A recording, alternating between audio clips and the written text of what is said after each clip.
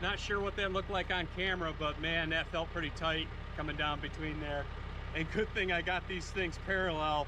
I didn't, you know, bottleneck at one end or the other. But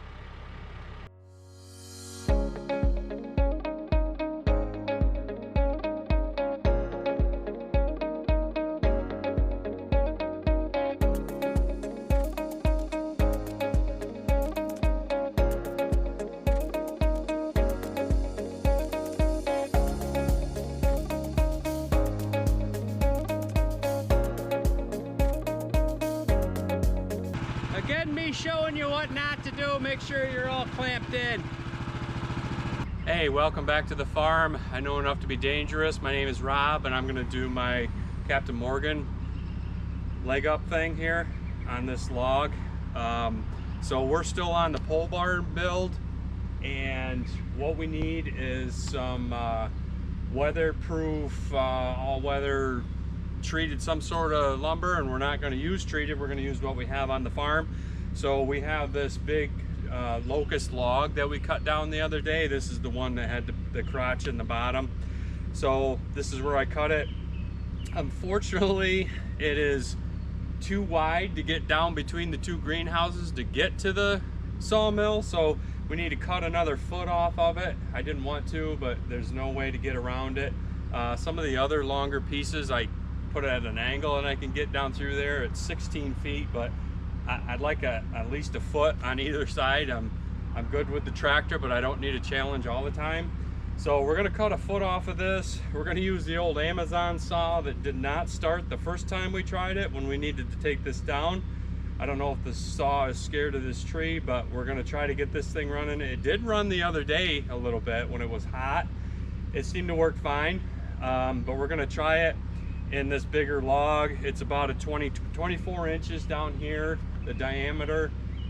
It's not a circle, I don't know what it is. It's like a football shape on the bottom, but we're gonna try this Amazon saw, cut a foot off of it, pick it up with the TYM because the New Holland 35 horse will not pick this up, and we'll take it down to the sawmill, and we're gonna try to get 7 2x4s, 12 foot long, and 6 2x6s or 2x8s, 12 foot long.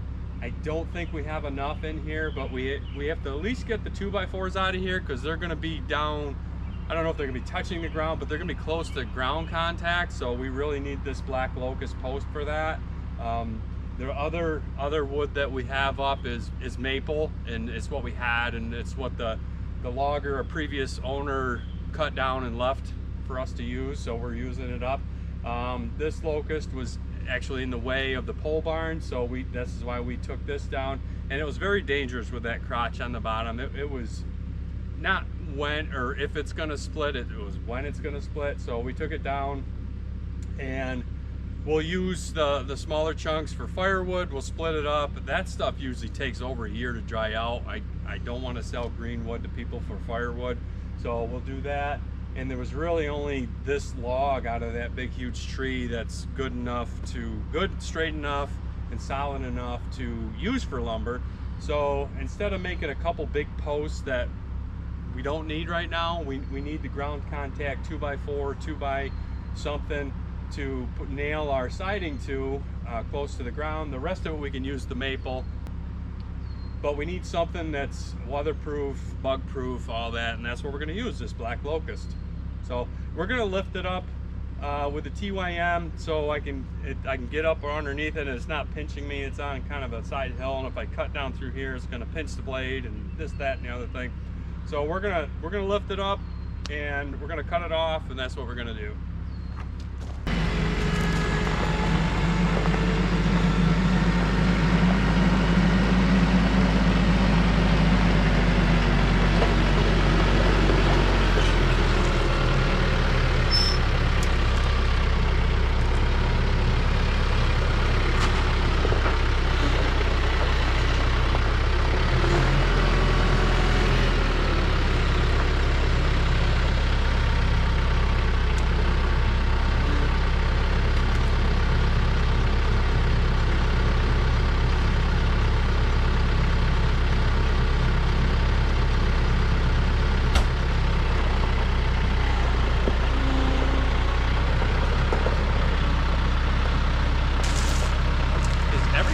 TYM tractor like this, I always park it with the loader down and the implement down.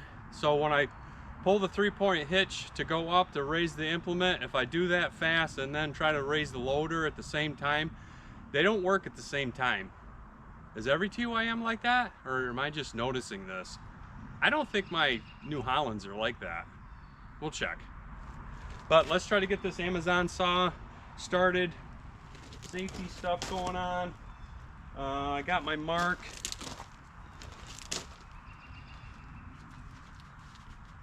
I don't think this is going to go all the way through.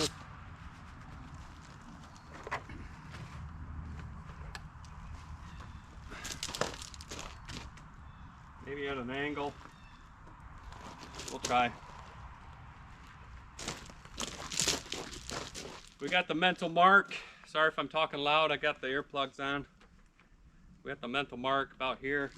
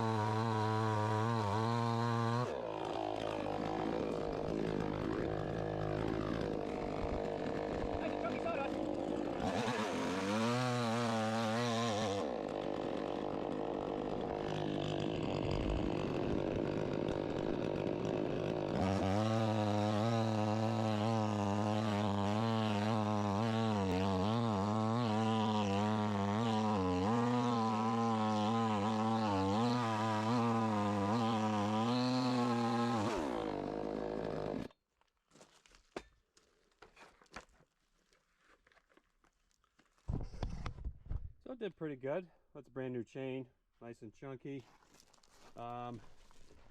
It's about 24 from here to there. It's Locust, so it's not super hard right now. It's actually a little gummy, but as soon as this dries, it gets real hard. If you know, you know.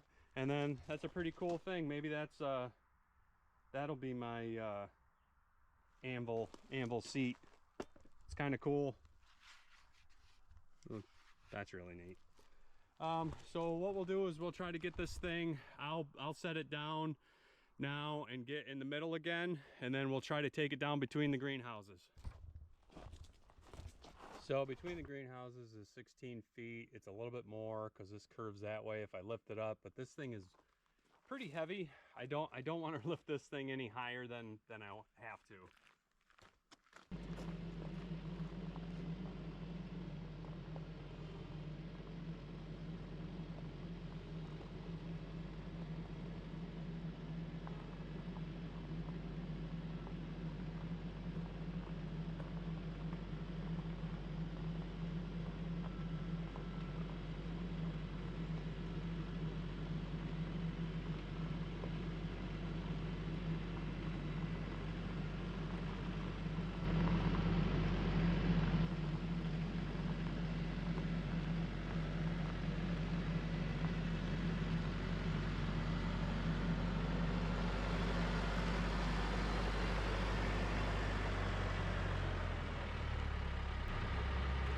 Not sure what that looked like on camera, but man, that felt pretty tight coming down between there.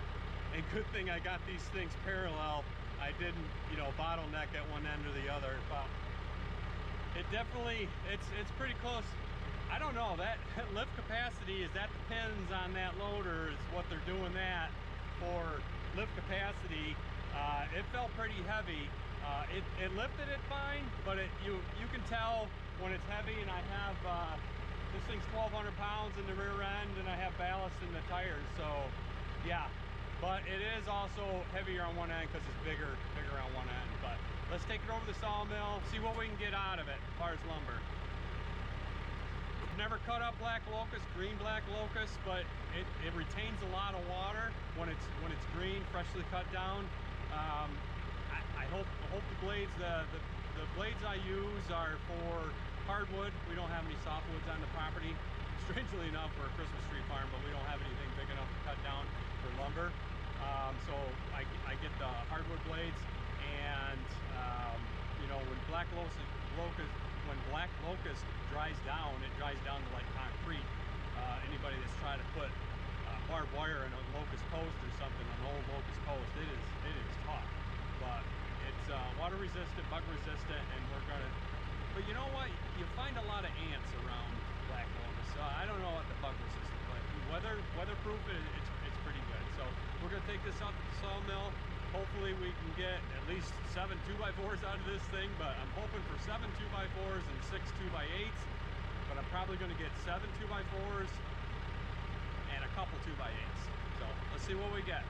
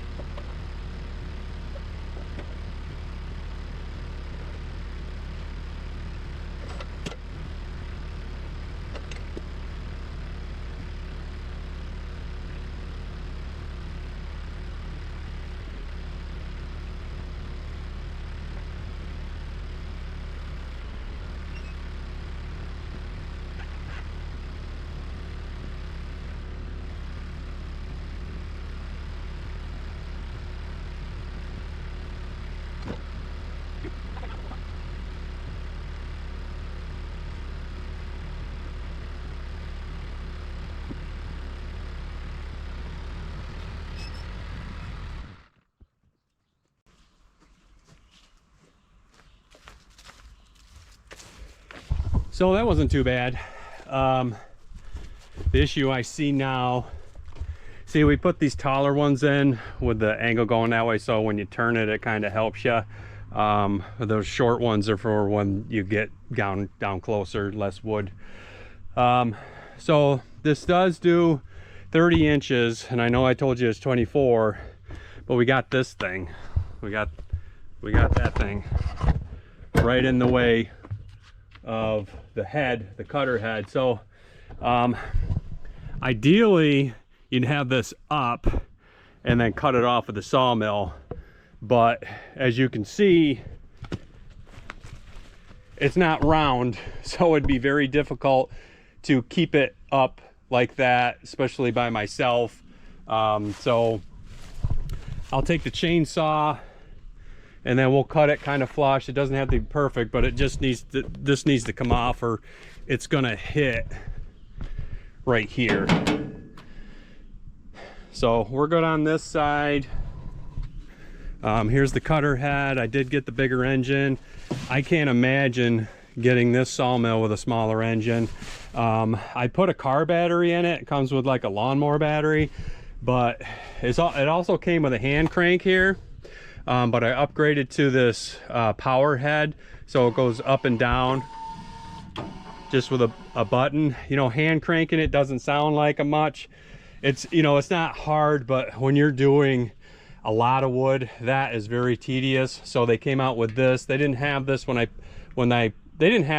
purchased the sawmill originally, but they came out with this, and they gave you a special deal if you were a previous customer, blah blah blah. Which, this is great. I love this thing. Easy installation, but what they don't tell you, or maybe they did and I didn't see it, you're gonna kill your battery, this going up and down, because it runs on the battery, and I don't think this charges that battery enough for what this is using. I don't know, I got some stuff here, but it doesn't say the amperage that it's using, but I'd come out here the next day and the battery would be dead. So what I did is I took the battery box that it came with, I took that off. I got a cheapy battery tray, and I use the existing strap, so you know everything. I got some fittings, so they connect nice and almost looks professional, and that's the only thing I did to it. I really like this unit. You know, this is how you tighten and loosen it. We can do a fully rundown on this, but I don't have time right now. This is where you get your measurements of your board. So I did get one extension on it, so I can do 16, but you don't have enough room to do 16 because you need travel space. This 14 footer is pretty much my max length, so you got to take that into consideration. If you want to do 16 foot boards, you're going to need 2 extensions, because the head needs someplace to go. Once you cut this, you know, the head needs a spot to be so you can get your lumber off or your waste off. So there's no place for it to go. I would definitely put this here instead of down there. I'll move that sometime because that's useless. When you are using forks and you're getting down below this, so that's why I turned that sideways, because my fork was coming right here or real close to it. So you got to turn that, take that out, and then turn this sideways so you don't mess this up with your forks when you're putting it in and out with the forks. Very tough to do this by yourself, but you know, you got to do what you got to do. And I made this deck out of the corn crib. Those came from some railroad ties I found in the dingweeds. What I want to do, it's not tall enough. I find myself bending over when I'm cutting, so I want to raise that another foot. I want to get an I-beam, a 16-foot I-beam the whole way, so I don't have to keep leveling this. And so all you do here now is, and that locks that in place. It won't move on you now. And then we'll do the same thing to that one down there. But I don't like to have dirt on it. I'm not a professional, but you know, if you went through that with a chainsaw, it would dull that pretty quick. Here's the water tank. We use water and soap in the summertime, and then if it's freezing, we'll use like windshield washer fluid, the cheap stuff in there, so it doesn't freeze, and we still have lubricant because that lubricates the blade. What we had to do, I don't know why, but we've had this thing for 3 years. I had to move this way to get it on the blade because it was not going on the blade. It was shooting over here, but we got it dialed in now. You can see, press that and the water's doing what it should now. It was shooting up here, so that's the only thing to do. We do have to clean this up. I usually do it after every one, but been in such a hurry, even worse than usual. But we'll fire this up. Well, I'll go get the chainsaw, cut that thing off, and we'll get to work.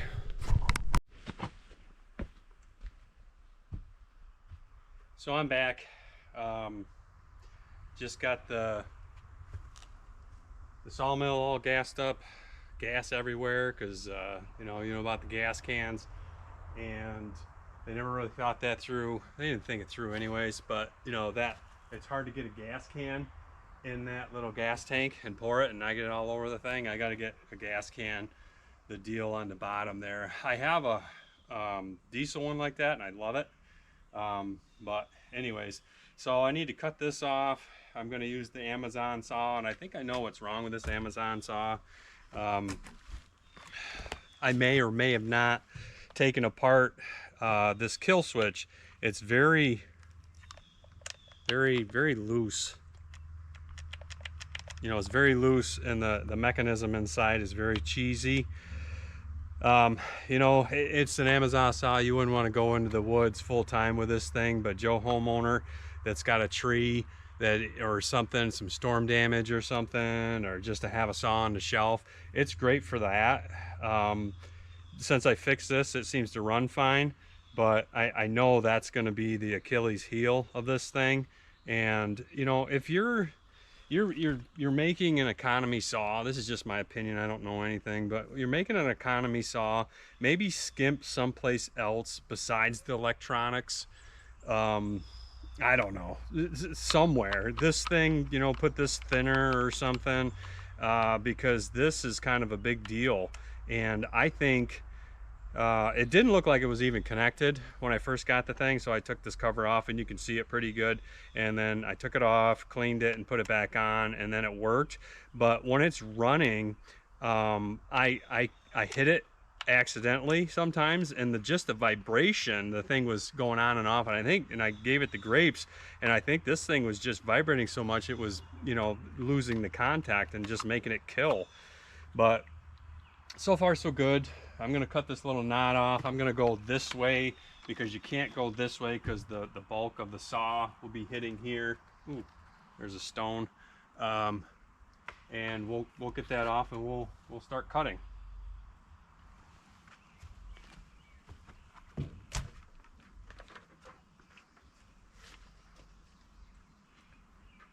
And I know what you're thinking, why am I all dressed up on a humid day, but the deer flies in here are absolutely crazy. Until I get the sawdust flying around, they're just nasty.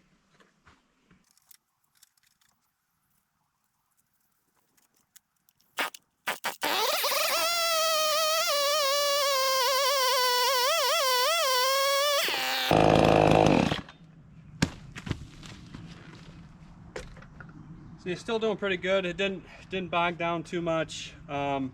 Anybody that's cut wood, that is tough stuff to cut, like across the grain like that on a larger limb on a tree. So I think we're good to go. We'll go slow, and we'll see we'll see how. I've never cut black locust on this sawmill, so we'll see how that goes. All right, so the sawmill is warming up. I think we're ready. Everything's loaded, the water, the gas. I just had a drink of water. I wear this down just to try to keep some of the sawdust out of my face. I have it going that way, but sometimes when the wind's blowing this way, it's tough. I got some of those other glasses with the foam around them. They help keeping it out of my eyes, but I find it's just too hot out here to wear a mask. I mean, even those paper masks, it is tough. So I just try to play the wind. I have this shield down and glasses down, just double protection on my eyeballs. But the shield is basically to keep the sawdust away from my face, because I can't wear a mask. I almost hyperventilated the one day. And it's really humid out today too, but this is for the deer flies. Holy smokes. But let's get to it. Let's see what it does.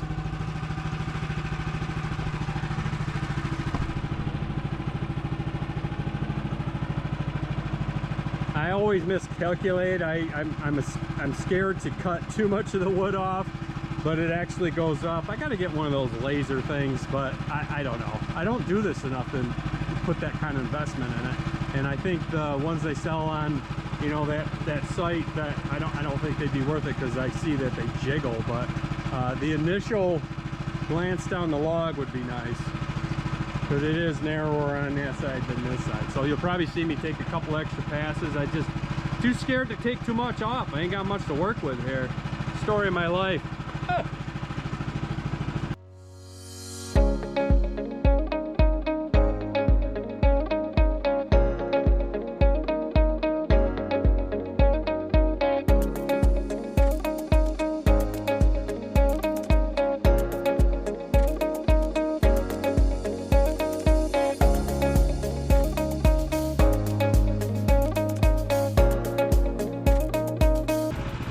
Showing you what not to do. Make sure you're all clamped in.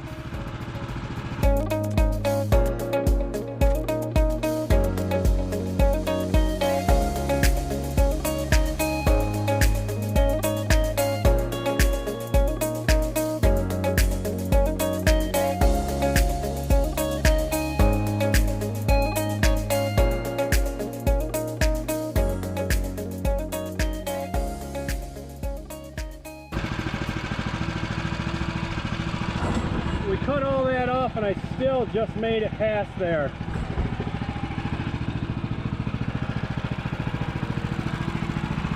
So the big reveal.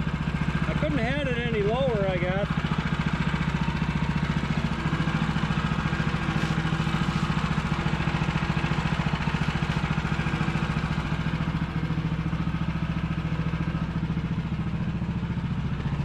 that goes away.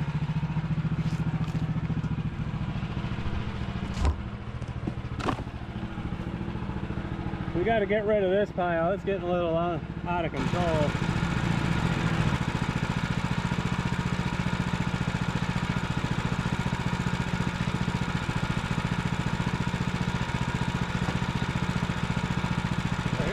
They don't show you in lumberjack camp.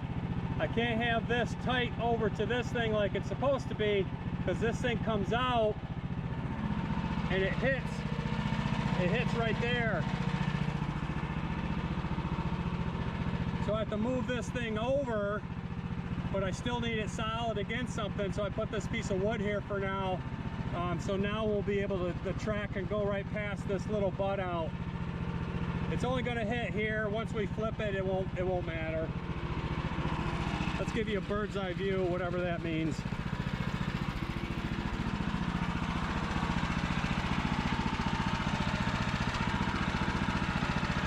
I'll bring it down to the level. And then I got my gauge up there. You can move it too.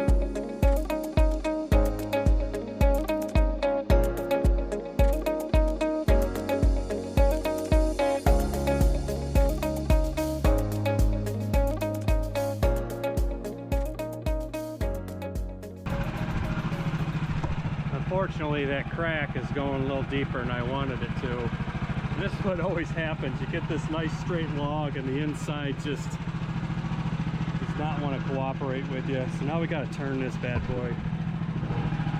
But we'll use that for something. Not sure what, but man, maybe a cool sign.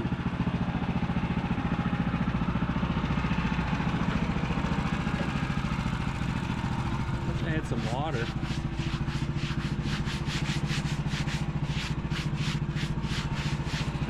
Cool.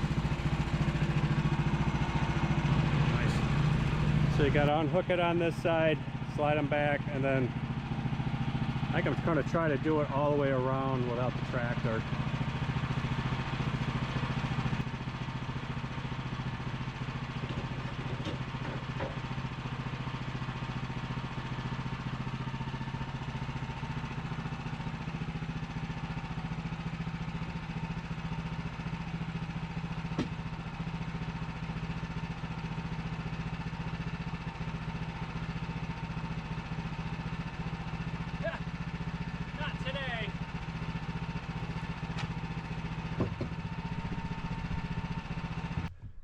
So what I did is I took this right out. You know, it was in here. It's in there like that. So I took that right out. And then this wants to do this. So I turn it sideways and then tighten it up a little bit just to hold it, because we're going to go right in here with the forks and we don't want any benderoni and cheese in there going on. They do Woodland Mills gets you parts fast, but why get parts if you don't need parts, right?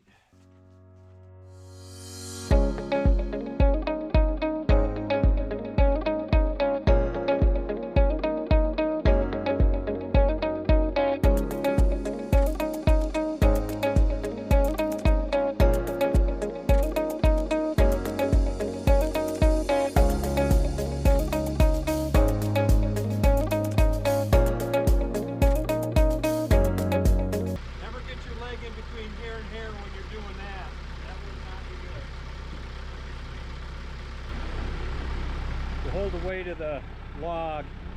We got that dog in. I think that's what they're called. I don't know. And we'll get this one in. You loosen that. Pull it all the way out. Oh, put it out like that. And then tighten it. And then make sure you're against the doohickey on the other side. Not quite plumb on this thing, but I can't get it and not kill myself plumb, I guess. So let's back the TYM back up and see if this thing stays.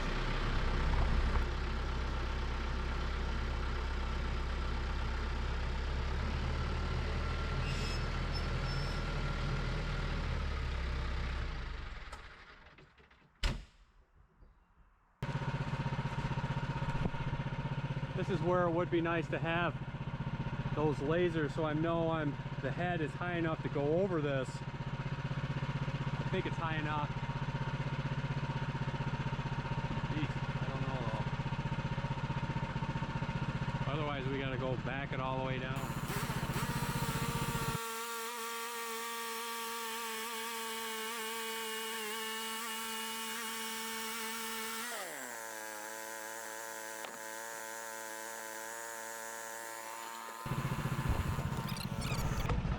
That was just about perfect. We're gonna do one more pass. I think get some more of this out of here, but it's nice and squared off here. Some nice solid wood in there. That's gonna not be good for us, but hopefully that doesn't go much deeper than what we see right there. Down into some really good wood, nice and solid. We just have a little loop-de-loo there. I got enough soap. But I do have a little thing here, but that's just where that last one was. I think the next one's fine. It looks cool up the front, up the center. But this slab, I'll split this one up in half. I'll rip it right up in half, and then we'll have two header beams. That's 2 inches. So we'll have two header beams, well, at least one, 2x8 there. We use that, and I think we can get a 2x8 out of that one, ripping that, but I can't rip them by myself. So what we'll do is, we almost have a cant, so we'll tip this on end, and we have a little angle of the bedangle here, so that's where it's going to sit on, so it's not going to sit, you know, square. So I'll show you how to fix that. And that happened because this thing was too big and I'm too small to handle something this big. So that's what we'll do, and that's where we're getting. It seems to be cutting fine. Hope I didn't jinx myself. Sometimes this little, it looks like just like a little Zerk fitting that the water comes out of. It gets plugged every once in a while. So keep a wire out. I keep a little piece of wire handy, and then I just clean it out, and then, you know, it's doing good. And you keep this as close to the log as possible. 1, so the blade doesn't flex, and 2, so your water is hitting where you're cutting. If you're too close, it's going on the log, and if you're too far back with the water, it's hitting the blade, but by the time it gets cutting, you know, most of it's gone. It just jumps over the blade. But so far so good. I'm gonna take this slab off, and the key to handling something that probably weighs more than you do, don't pick it straight up. Just take one end, drag it, and then set it down, and then go get the other end and then set it down. Same thing with the forks. Drag the piece, set one end on the forks, and then go to the other side and then take the other end and put it on the forks. Then you're not trying to pick up the whole thing and dealing with the weight of the total object. Just a pro tip there. So I'll put this slab over to the side and show you what I was just talking about. And when I have my lovely assistant, we'll pick it back up, turn it on end, and then just rip it. And then we'll get one usable header board out of it, and the other one, the other piece we'll maybe use for bracing, I guess. So I'll just take half of it. Set that down. and then just pick up the other half. There, and now you got a teeter-totter for the kids or something. And we'll flip this up. I'm gonna try with the hook. I'm gonna try with the hook again, but yeah. But I'm gonna put the longer ones back in because it's easier to turn against it. And the reason you have the smaller ones is you're coming down with the blade. You don't want to hear that dreaded "ee" metal on metal thing if it's up here and the blade hits it like that. If somebody says they haven't done it, they're either lying or very lucky so far. I haven't done it, and I've been lucky. You know, I'm not saying I know everything, but the only reason I missed this the one time is sheer luck. I totally forgot it was sticking up in the air. So I'll have that with this angle going this way, so if it hits this, it kind of slides off.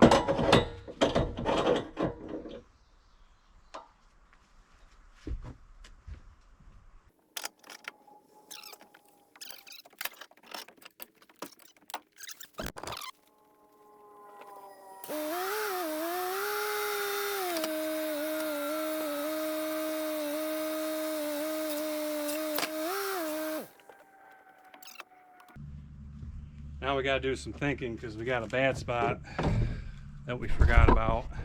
Got a bad spot here. I wanted this up on end and just go to town, but well, while it's up, we'll cut it to a gant and then see what we have. So we got one more series of cut before we can start making some actual lumber here. Like I said, we'll make some lumber out of that, but we need one more step there too. But as you can tell, our cant's not straight up and down. It's at an angle, as you can see right there, against that little deal. So we need to tip it upright, so then we have nice flat cuts. Well, flat, but square cuts. So that happened because the log is just too big. Our equipment's not set up for really huge stuff like this. And I'm a one-man weekend warrior here. So what we'll do is we'll put some wedges under there, straighten it up, and then secure it to the side so it doesn't move.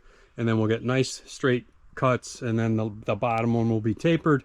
But we're using it for a beam anyways, not conventional lumber. So it's just gonna be holding something.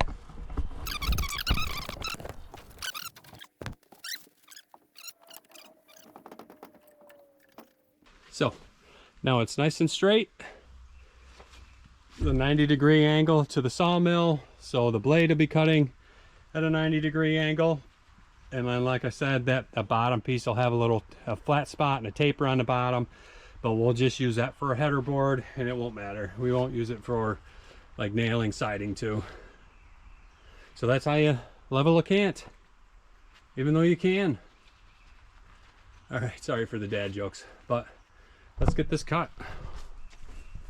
I think the best course of action for me right now is we'll square it off along that bark line, and then we'll flip it, cut it in half, and then we can at least get our 2x4s out of this thing, and then some brace wood.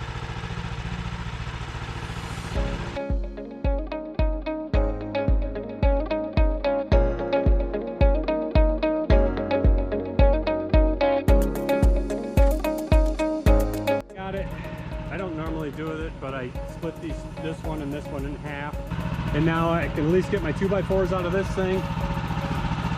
And I don't know, I didn't measure it. I'm hoping a bunch. I need 7, looks like 7, but we'll do our best, fudge the rest, and then we'll get what we can out of the one on here, and that's got the bad spot on the other side. So maybe we can cut that in half and get two header boards out of it maybe.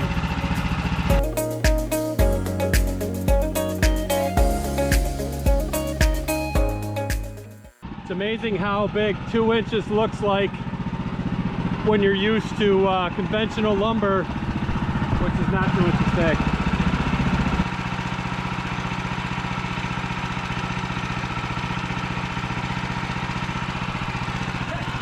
That looks thick.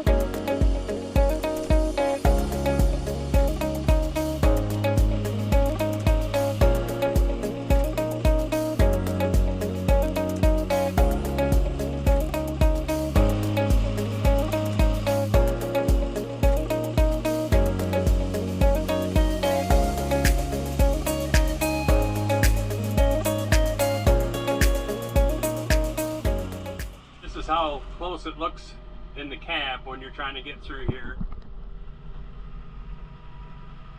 I probably have a foot on either side. Still, a little close for comfort, as they say.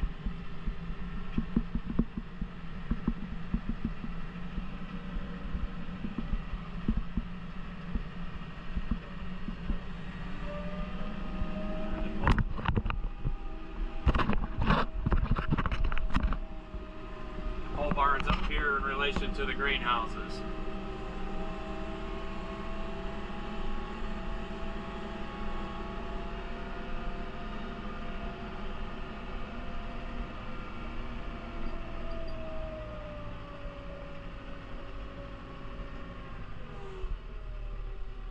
This is what we got. We got 8 2x4s by 12 real 2x4s. We got a slab on the bottom. We still have 2 big slabs in the end, or we still have two more slabs. And here's the pole barn. Sorry, here's the pole barn with rafters on it. So cutting your own lumber is very satisfying. You're making, you know, waste. It was just a tree that was in the way, a dangerous tree, and we made it into lumber, something we can utilize. So this will be the bottom skirt on here because it is waterproof or weather rot resistant. We should have enough. Those other 2 chunks in there, we should be able to get 4 more 2x4s, and the headers we're going to need. I think we might be 1 header shy, but I think we got another piece of maple over there we can use for a header. But that's all it is to it. That's how we cut all the rafters and all the other light looking maple looking boards up there, and we still have some left over there. And it's just amazing how a big tree can turn into lumber, but you're always thinking you're going to get more than you are. But this, you know, I'm happy with this. It's going to look cool once it's all washed off and everything. It's got a nice grain and texture and all that. No hardware, which is strange, being this is an old 200-year-old dairy farm locust tree that's probably as old as that barn there, and there was no fence, no staples, no nails, no nothing in it. That's rare. But anyways, I think that's where we're going to wrap up today's video. We did a little sawmilling. We're, you know, cutting a little more progress, a little progress report on here, some tips. The sawmill, I really wish that, you know, the New Holland, this did fine, but I don't like taking the cab tractor in the woods. One, it's in the woods and limbs and stuff, but you can see the ends of the forks and stuff better with the New Holland. It's not a knock on this tractor, it's just cab tractor versus open station. And but lift capacity, the New Holland couldn't have picked up that log. So it may be 3-wheeling it, but I don't want to do that. I'm done with that now. But that's where we stand, and thanks for joining me, and see you next time.